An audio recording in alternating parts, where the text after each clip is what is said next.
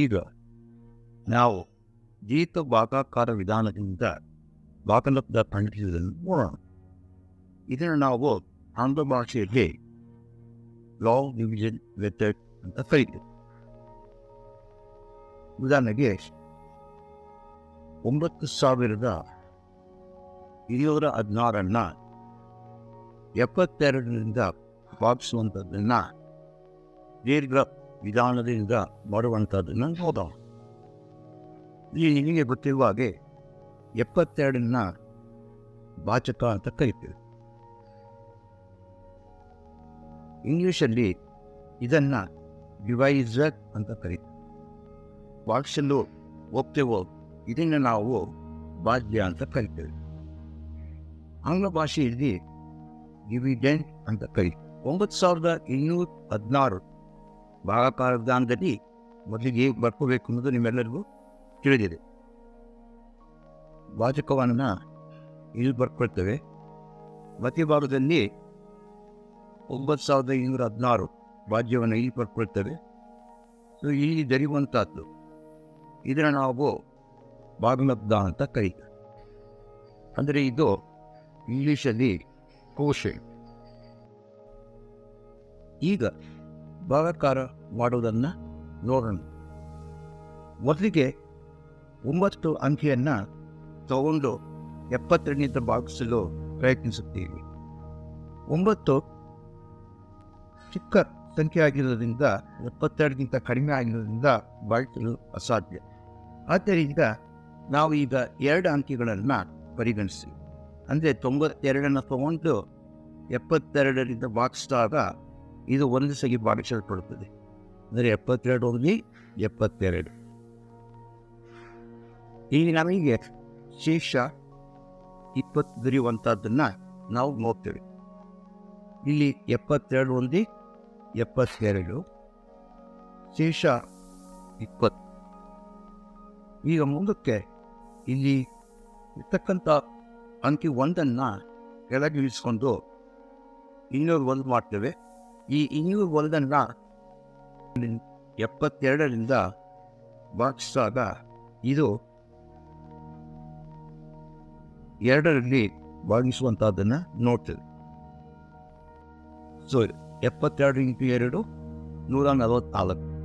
So ಈಗ ಕಳೆದಾಗ ನಮಗೆ 7 ದೊರೆಯುತ್ತೆ. ಇಲ್ಲಿ 5 ದೊರೆಯುವಂಥದ್ದನ್ನು ನೋಡ್ತೇವೆ. ಇಲ್ಲಿ 1ರಿಂದ 4ನ್ನು ಕಳೀಲಿಕ್ಕೆ ಅಸಾಧ್ಯ. ಹಾಗೂ ನಾವು 0ಯಿಂದನೂ ತಗೊಳ್ಳಿಕ್ಕೆ ಅಸಾಧ್ಯ. ಆದ್ದರಿಂದ ಈ 2ರಿಂದ 1ನ್ನು ತಗೊಳ್ತೇವೆ. ಇಲ್ಲಿ 10 ಆಗುತ್ತೆ. 10ರಿಂದ 1 ತಗೊಂಡಾಗ ಇಲ್ಲಿ 11 ಆಗುತ್ತೆ. 11ರಿಂದ 4ನ್ನು ಕಳೆದಾಗ 7 ದೊರೆಯುವಂಥದ್ದನ್ನು ಓದ್ತೇವೆ. ಇಲ್ಲಿ 92ರಿಂದ 9ರಿಂದ 4 ಕಳೆದಾಗ 5 ಬರುವಂಥದ್ದನ್ನು ನೋಡ್ತೇವೆ. ಈಗ ಇಲ್ಲಿ 2ರಿಂದ ಗುಣಿಸಿದಾಗ ನಮಗೆ ಇಲ್ಲಿ 72ನ್ನು 194 ಬರುತ್ತೆ. ಕಳೆದಾಗ 57 ಬರುವಂಥದ್ದನ್ನು ನಾವು ನೋಡಿದ್ದೀವಿ. ಈಗ ಇಲ್ಲಿ ಪಕ್ಕದಲ್ಲಿರ್ತಕ್ಕಂಥ ಅಂಕಿ 6ನ್ನು ಕೆಳಗಿಳಿಸ್ಕೊಳ್ತೇವೆ. ಇದು ಸ್ಪಷ್ಟವಾಗಿ 8ರ ಸಂಖ್ಯೆಯಿಂದ ಭಾಗಿಸಲ್ಪಡುತ್ತದೆ. 8 2 16 1 8 56 57. ಈಗ ನಮಗಿಲ್ಲಿ ಶೇಷ ಶೂನ್ಯ ದೊರೆಯುವಂಥದ್ದನ್ನು ನೋಡ್ತೇವೆ. ಇದಕ್ಕೆ ನಾವು ಶೇಷ ಅಂತ ಕರೆಯುವಂಥದ್ದು ವಾಡಿಕೆ. ಇದಕ್ಕೆ ನಾವು ಇಂಗ್ಲೀಷಲ್ಲಿ ರಿಮೈಂಡರ್ ಅನ್ನುವಂಥ, ಆಂಗ್ಲ ಭಾಷೆಯಲ್ಲಿ ಇದಕ್ಕೆ ನಾವು ರಿಮೈಂಡರ್ ಅಂತ ಕರಿತೇವೆ.